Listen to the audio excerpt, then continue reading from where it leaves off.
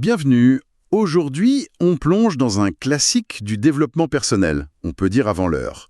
Peace, Power and Plenty. Paix, pouvoir et abondance. L'auteur, c'est Horizon Swat Marden. Exactement. Et petit détail amusant, l'exemplaire qu'on a consulté, il vient tout droit de la bibliothèque de l'Université de Californie à Berkeley. On a le sceau, l'ex-libris. Ah oui, c'est sympa, ça donne une histoire à l'objet. Carrément. Bon, notre mission aujourd'hui, c'est d'extraire un peu l'essence de la pensée de Marden. Comprendre comment, pour lui, notre état d'esprit peut sculpter notre réalité. Pour atteindre quoi? La paix, le pouvoir et l'abondance. Ok, déballons ça. Alors oui, ce livre, faut le situer, début du XXe siècle. C'est vraiment un concentré de cette philosophie qu'on appelle la nouvelle pensée, le New Thought américain. D'accord. Et l'idée de base, vraiment fondamentale chez Marden, c'est que notre esprit, il n'est pas juste spectateur de la vie, quoi. Il en est l'architecte principal. L'architecte. Oui, c'est ça. Ce qui est fascinant ici, c'est cette conviction presque absolue que nos pensées sont des forces créatrices. Un peu comme des aimants qui vont attirer les circonstances de notre vie. Une force créatrice, ça sonne presque magique dit comme ça, mais concrètement, comment il décrit ce mécanisme, Marden? Est-ce que c'est juste, allez, on pense positif et tout roule, ou est-ce qu'il y a un peu plus de substance? Parce que bon, ça peut paraître simpliste face aux vraies galères de la vie, quoi. C'est une excellente remarque. Parce que non, Marden, il va plus loin qu'un simple optimisme un peu naïf. Pour lui, la pensée dominante, celle qu'on cultive vraiment, avec constance, avec conviction, elle crée ce qu'il nomme un équivalent mental. Un équivalent mental. Voilà. C'est un peu comme si on devait d'abord construire, dans notre tête, le modèle super détaillé, vibrant de ce qu'on veut. La santé, le succès, l'harmonie, peu importe. Et c'est seulement après que l'univers, ou notre subconscient, enfin, ça dépend des interprétations, peut le matérialiser. D'accord. C'est pas juste une pensée vague, comme ça, de temps en temps.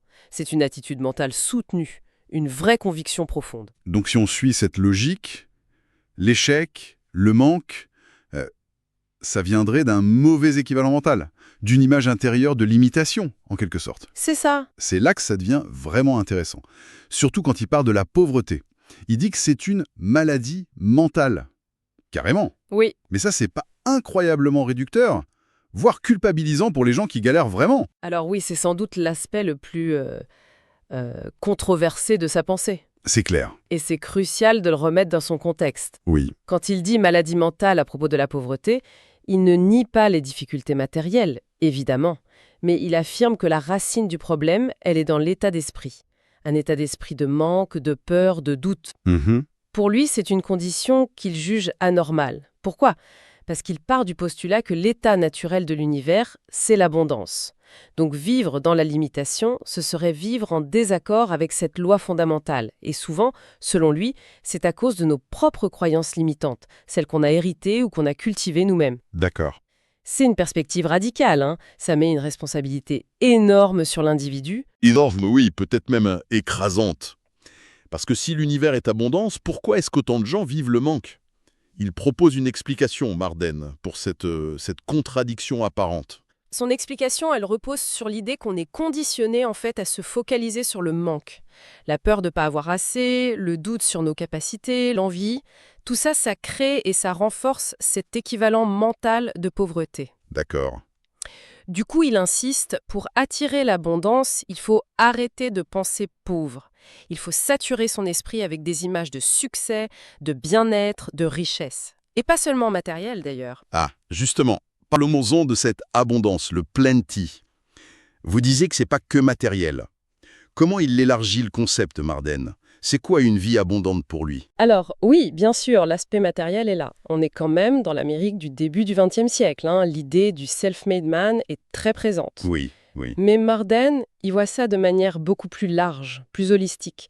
L'abondance pour lui, c'est aussi une santé vibrante. D'ailleurs, elle la lie très fort à un état d'esprit positif. Intéressant. C'est aussi le bonheur, des relations épanouissantes, la capacité à exprimer ses talents, une énergie vitale débordante, quoi. C'est une richesse de vie, une plénitude où on a toutes les ressources, intérieures et extérieures, pour réaliser son potentiel. Et il dit même que chaque individu est un héritier de cette richesse universelle. C'est un optimisme assez frappant. Mais on a l'impression que ça ignore presque les obstacles externes bien réels. Comment il articule ça avec les structures sociales, les inégalités, les coups du sort? Est-ce que vraiment tout repose seulement sur l'état d'esprit? C'est là qu'il faut vraiment, vraiment remettre dans le contexte de l'époque. Marden écrit à l'apogée du mouvement de la nouvelle pensée. Oui, vous en parliez. Ce courant, qui a eu une influence énorme aux États-Unis, mettait justement un accent incroyable sur le pouvoir créateur de l'esprit et la responsabilité individuelle. Il y avait une foi quasi illimitée dans le potentiel humain à surmonter n'importe quoi par la force mentale. Une sorte d'hyper-optimisme. On peut y voir un reflet de l'optimisme américain de l'époque, c'est sûr. Mais aussi, oui, une tendance à minimiser les facteurs externes. Marden ne nie pas les difficultés, attention, mais il soutient que l'attitude mentale, c'est le facteur déterminant. C'est ça qui va faire qu'on les surmonte ou pas. L'obstacle extérieur, pour lui, ça devient presque une opportunité de renforcer sa détermination, sa foi en l'abondance. D'accord. Ce qui nous amène aux deux autres mots du titre, paix et pouvoir. Comment il s'articule avec l'abondance? Il y a une séquence, un ordre logique chez Marden? Absolument. Et ça, c'est une des idées vraiment fortes du livre. La séquence qu'il propose, c'est paix, d'abord, ensuite pouvoir, et enfin abondance. Paix, pouvoir, abondance. Exactement. Et la paix ici, c'est pas juste l'absence de conflit, hein. C'est une paix intérieure profonde. La sérénité qui vient quand on maîtrise ses pensées, quand on a confiance en soi et en l'univers, qu'il voit comme bienveillant. D'accord. C'est se débarrasser de l'anxiété, de la peur, du ressentiment. Cette paix intérieure, c'est la fondation indispensable. Donc, sans cette paix, pas de vrai pouvoir, hein. C'est ça l'idée. Cette paix intérieure stable, elle permet de débloquer le pouvoir personnel. Alors attention, c'est pas le pouvoir sur les autres, hein. Non, la maîtrise de soi. Voilà, la maîtrise de soi, la capacité à diriger consciemment ses pensées, à concentrer son énergie mentale, à persévérer quand c'est dur. C'est la force intérieure qui vient d'un esprit calme et focalisé. Morden voit ce pouvoir comme la capacité active d'utiliser ses lois mentales pour atteindre ses buts. Et c'est seulement après. Oui, c'est seulement quand cette paix et ce pouvoir sont bien établis que l'abondance, sous toutes ses formes, peut vraiment fleurir et surtout être maintenue sur la durée. D'accord, la séquence est claire. Mais sur le pouvoir, justement, est-ce que Marden devient un peu plus pratique? Au-delà de penser positif, comment il suggère de cultiver activement ce pouvoir intérieur? Il donne des techniques, des exercices. On a besoin de concret, là. Oui, il donne des pistes, même si, bon, ça reste souvent au niveau des grands principes, plutôt que des manuels d'exercices étape par étape, comme on peut en trouver beaucoup aujourd'hui. D'accord. Mais pour cultiver ce pouvoir, il insiste sur plusieurs points clés.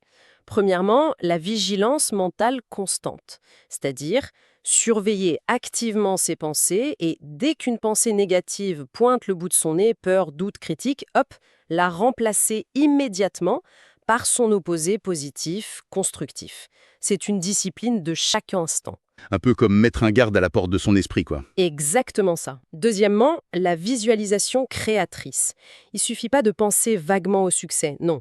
Il faut le visualiser en détail, de manière vivante, comme si c'était déjà là. Ah oui. Et ressentir les émotions qui vont avec cette réussite. Plus l'image mentale est claire, chargée d'émotions positives, plus elle aurait de pouvoir pour attirer les choses. D'accord. Troisièmement, l'affirmation. Utiliser des phrases positives, puissantes sur soi-même, sur ses capacités.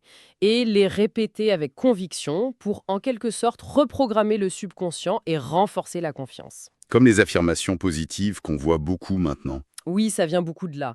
Et quatrièmement, et c'est crucial pour lui, l'élimination de la peur. Morden voit la peur comme le grand ennemi du pouvoir personnel et de l'abondance. Il dit qu'il faut l'affronter mentalement, la dissoudre par la foi et en se concentrant sur le résultat qu'on désire. Donc ça demande un travail mental intense, proactif. C'est pas du tout passif, en fait. Ah non, loin de là. Il fait souvent la comparaison avec un jardin. Si on ne le cultive pas activement avec de bonnes graines, pensées de succès, de santé, d'harmonie, eh ben les mauvaises herbes, la peur, le doute, les limitations, elles vont prendre le dessus, inévitablement. D'accord. Donc ce pouvoir personnel, c'est vraiment le fruit d'un effort conscient, soutenu, pour maîtriser et diriger son propre paysage mental. Il faut agir mentalement. On voit bien la force de cette approche, hein. Ça donne un sentiment de contrôle, de capacité à influencer sa vie. Mais revenons un peu aux limites. Si on applique cette philosophie aujourd'hui, quels sont les écueils potentiels, au-delà de la question de la pauvreté qu'on a déjà abordée? Le risque majeur, on l'a un peu effleuré, c'est la simplification excessive et le déni des réalités structurelles. Oui. En attribuant presque tout au pouvoir de la pensée individuelle, on risque d'ignorer ou de faire ignorer le poids des inégalités sociales, économiques, les discriminations, les problèmes de santé qui n'ont rien de psychosomatique, les traumatismes passés. La liste est longue. Bien sûr. Situation injuste, des personnes qui n'arrivent pas à manifester le succès malgré leurs efforts mentaux. Le fameux « si tu es malade ou pauvre, c'est que tu n'as pas pensé assez fort ». C'est un raccourci dangereux, ça. Extrêmement dangereux. Ça occulte toute la complexité des parcours de vie. Et ça peut empêcher de chercher des solutions collectives, systémiques, là où elles sont pourtant nécessaires. Mhm. Une autre limite, c'est le risque de ce qu'on appelle parfois la positivité toxique. L'idée qu'il faudrait constamment réprimer les émotions dites négatives.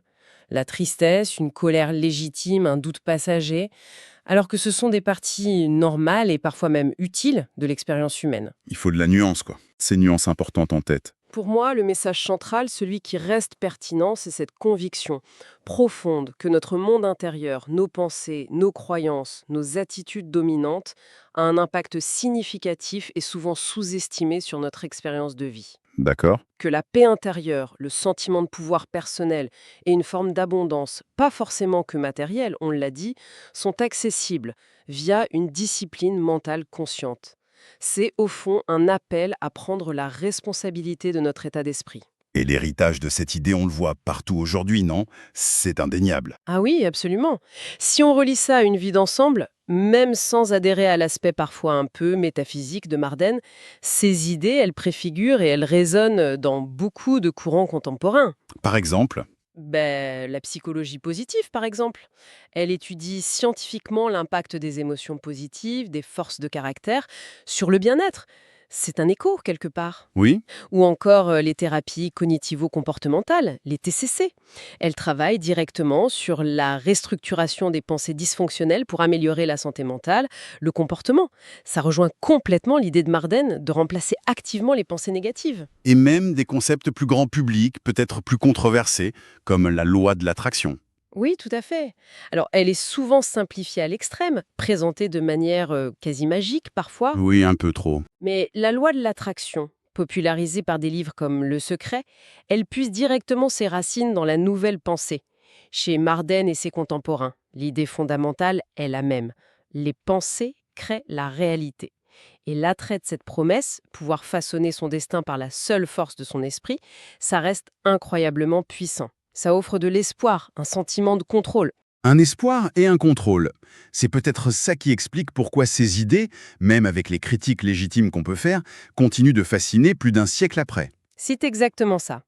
Elle touche à un désir humain fondamental, d'autonomie, de maîtrise sur sa propre vie.